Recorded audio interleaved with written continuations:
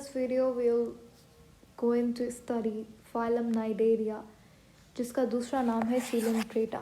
तो अगर आप Coelenterata पढ़ना चाहते हो या Cnidaria पढ़ना चाहते हो तो एक ही फाइलम की बात है।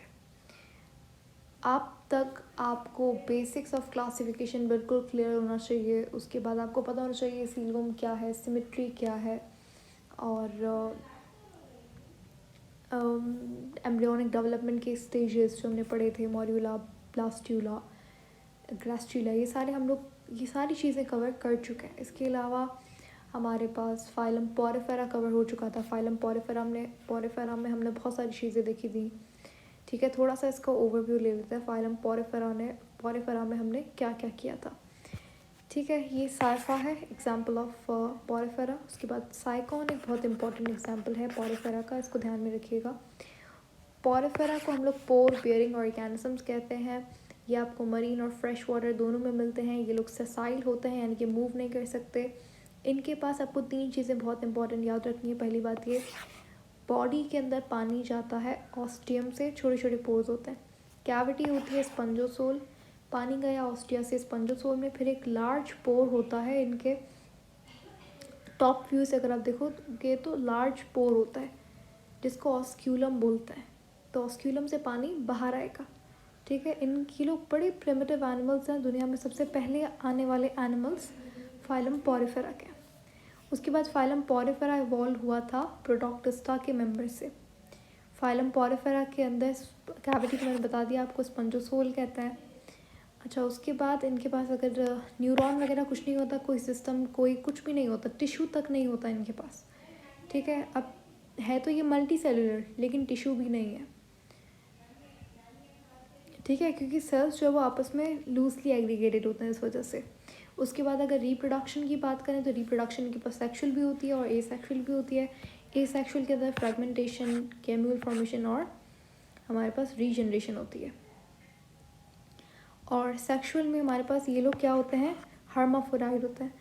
हर्माफ्रोडाइट का मतलब होता है कि मेल और फीमेल रिप्रोडक्टिव पार्ट्स एक ही ऑर्गेनिज्म में आपको मिल जाएंगे। फॉर एग्जांपल, ये मेरे पास एक पोरिफेरा का मेंबर है, तो आपको इसके अंदर स्पर्म भी मिलेगा और आपको इसके अंदर ओवा भी मिलेगा। होती तो इनके पास होती है एक्सटर्नल फर्टिलाइजेशन, यानी कि यहाँ से, क्योंकि देखो अगर इसके पास स्पर्म है और इसके पास ओवा है तो ये दोनों यहाँ पे अंदर ही एक ही पोरिफेरा के स्पर्म ओवा फर्टिलाइज कर लेंगे, क्योंकि स्पर्म भी एक के पास है, ओवा भी है, तो फर्टिलाइजेशन हो जाएगी। लेकिन ऐसा नहीं होता, क्योंकि अगर ऐसा होगा तो इवोल्यूशन ही नहीं होगा, सेम एनिमल बन जाएगा, है ना, एग्जैक्ट कॉपी बन जाएगा। तो हमें लानी है डाइवर्सिटी। उसके लिए क्या होता है, इनके पास होती है एक्सटर्नल फर्टिलाइजेशन। फॉर एग्जांपल, यहाँ पे एक और इस तरीके से एक और पोरिफेरा है, तो यहाँ से फॉर एग्जांपल आ रहा है स्पर्म, यहाँ से आएगा ओवा। ये दोनों पानी के अंदर क्या होंगे, फर्टिलाइज होंगे, यानी कि फर्टिलाइजेशन कैसी होगी, एक्सटर्नल होगी। उसके बाद स्ट्रक्चर वगैरह सब मैंने आपको बता दिया था। इनमें बड़े इंपॉर्टेंट सेल्स आपको याद होने चाहिए, पिनेकोसाइट्स पहले तो, फिर क्वानोसाइट्स, पोरोफाइट्स, मेबोसाइट्स, ये सब कुछ हम लोग डिस्कस कर चुके हैं। फिर इम्पॉर्टेंट सेल आपके पास हैं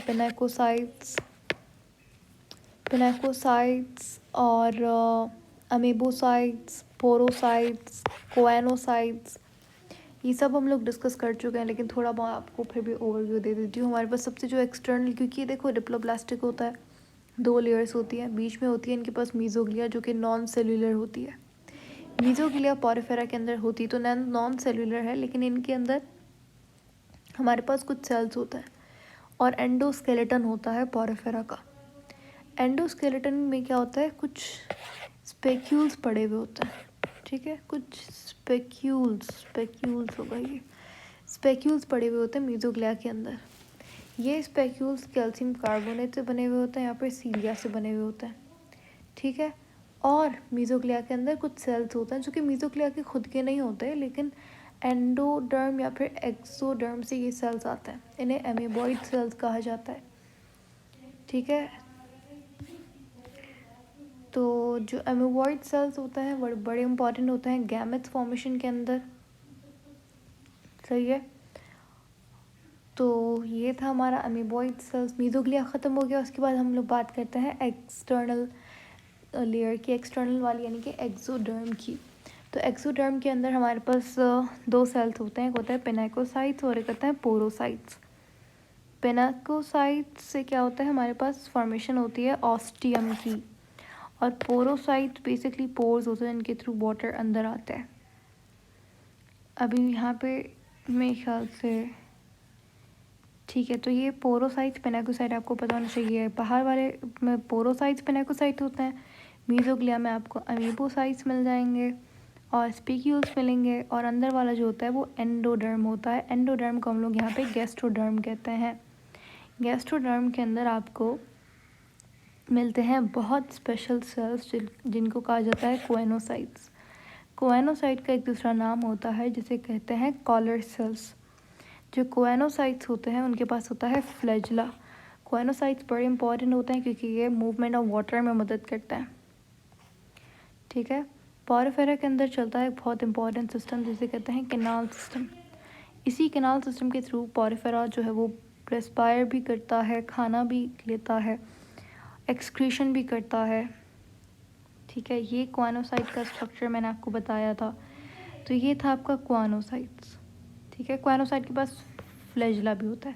तो ये आपका पोरिफेरा ख़त्म हो गया। पोरिफेरा में आपको ये इंपॉर्टेंट बातें सब कुछ पता होनी चाहिए।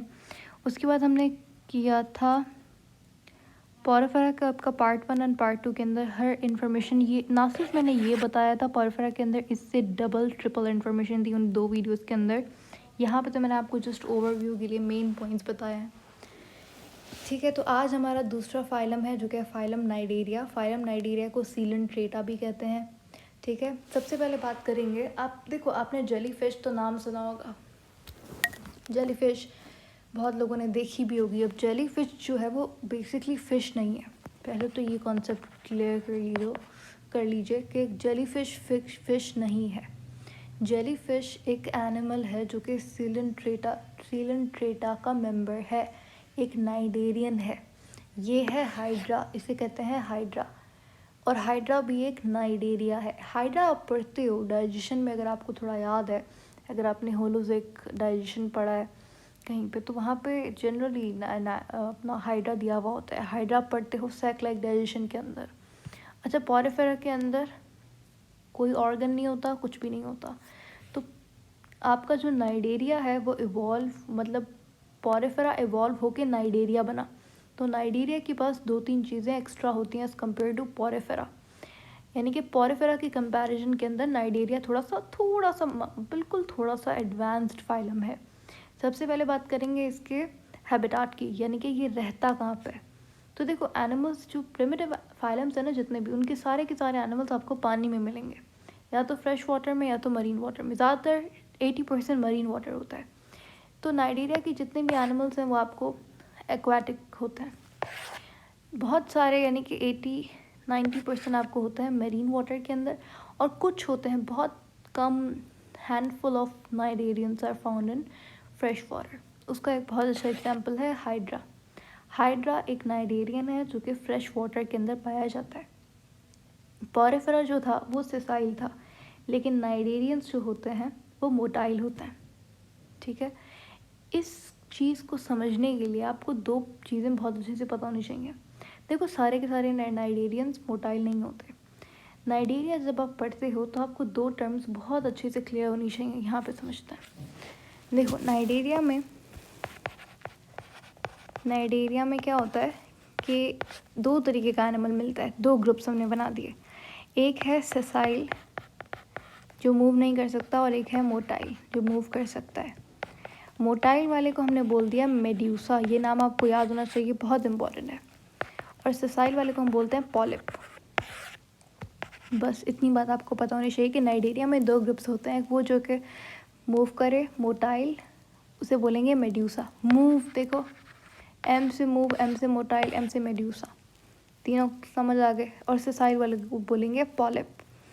अब देखो मेड्यूसा का बहुत अच्छा एग्जाम्पल, सबसे अच्छा एग्जाम्पल मेड्यूसा का है जेली फिश।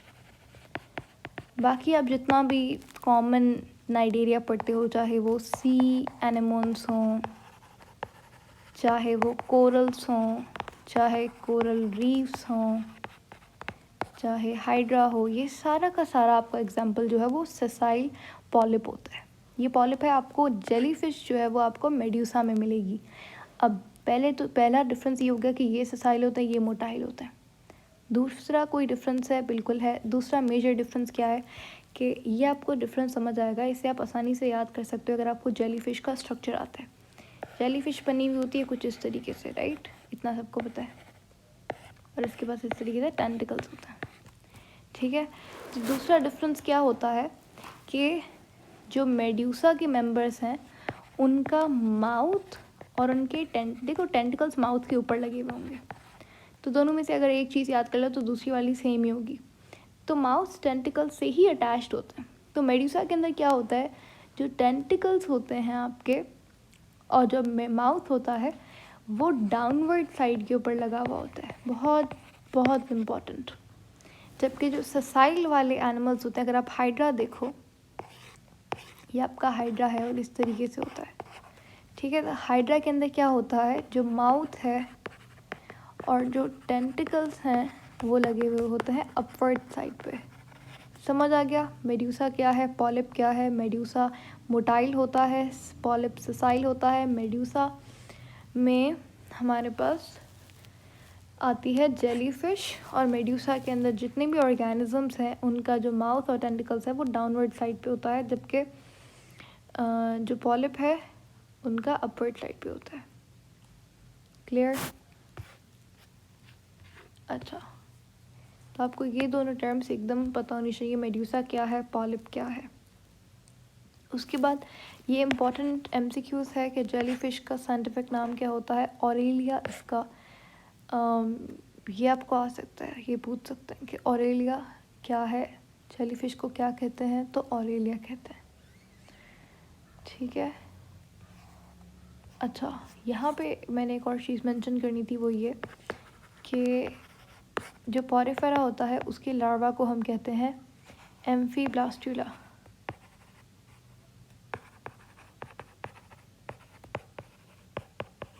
एम्फीब्लास्टुला। जबकि जो नाइडेरिया का लार्वा होता है वो भी आगे हम रिप्रोडक्शन में अच्छे से पढ़ेंगे, लेकिन अभी सुन लीजिए, इसको बोलते हैं हम प्लेन्यूला, ठीक है, प्लेन्यूला। अच्छा, उसके बाद हम लोग मेन बात कर लेते हैं भाई इनकी सीलोम कैसी होती है। देखो पॉरिफेरा तो एसिलोमैटिक था और नाइडेरियंस भी एसिलोमैटिक होते हैं। पॉरिफेरा डिप्लोब्लास्टिक था तो ये भी डिप्लोब्लास्टिक है, ठीक है। इनमें फिर डिफरेंस क्या है, डिफरेंस ये आया, देखो सिमेट्री आ गई इनके पास। पॉरिफेरा क्या था, एसिमेट्रिकल था, ये हो क्या होता है, सिमेट्रिकल होता है। इतनी खास सिमेट्री नहीं होती, लेकिन फिर भी इनके पास होती है रेडियल सिमेट्री। रेडियल सिमेट्री मैं आपको बता चुकी हूँ क्या होता है कि अगर आप देखो, ये हमारे पास फॉर एग्जांपल एक ऑर्गेनिज्म है, ये एक रेडियली सिमेट्रिकल ऑर्गेनिज्म है, यानी कि इसका सेंटर ऑफ एक्सिस से अगर आप कट करोगे तो हर एक्सिस के अंदर आपको सेम हर एक्सिस के अंदर आपको सेम सिमेट्री मिलेगी। यानी कि सेंट्रल एक्सिस से जब आप इसे काटोगे, सेंट्रल एक्सिस से जैसे जब आप इसे डिवाइड करोगे तो आपको इक्वल हाफ्स मिलेंगे, ठीक है। तो इसे कहते हैं रेडियल सिमेट्री।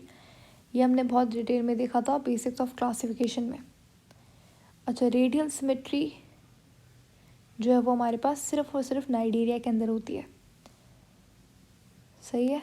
रेडियल सिमेट्री आपको नाइजीरिया में भी मिलती है, और टीनोफेरा हमारे सिलेबस में नहीं है, लेकिन टीनोफेरा भी एक फाइलम होता है जिसके ऑर्गेनिजम्स और उसके कैरेक्टरिस्टिक्स बहुत सिमिलर होते हैं नाइजीरिया से। और अकाइनोडर्म्स के भी कुछ मेंबर हैं, जैसे कि आप स्टारफिश देखो, स्टारफिश इस तरीके से दिखती है, राइट, ऐसी नहीं होती, ऐसी होती, समझ लो ऐसी होती है। तो इससे इसका भी देखो सेंट्रल एक्सिस से अगर आप इसे काटोगे तो आपको इक्वल हाफ्स मिलेंगे, तो इसकी भी रेडियल सिमेट्री होती है। तो अकाइनोडर्म्स बेसिकली जब एडल्ट होते हैं तब उनकी रेडियल सिमेट्री होती है, लेकिन जब वो यंग होता है ना तो उनकी बायलेटरल सिमेट्री होती है। समझ आ गया सिमेट्री कैसी होती है, इनकी रेडियल सिमेट्री होती है, यानी कि वाहिद ऐसा फाइलम है जिनकी सिमेट्री रेडियल होती है। उसके बाद टिश्यू लेवल कैसी होती है, टिश्यू लेवल भाई इनकी होती है एक सेकेंड,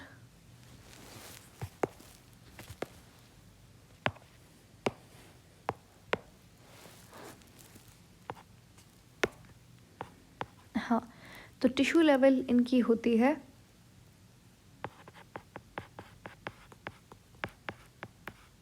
डिप्लोब्लास्टिक,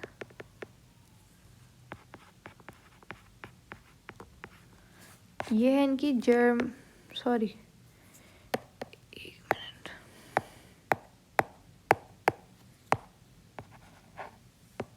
ये है इनकी germ level, germ layers basically.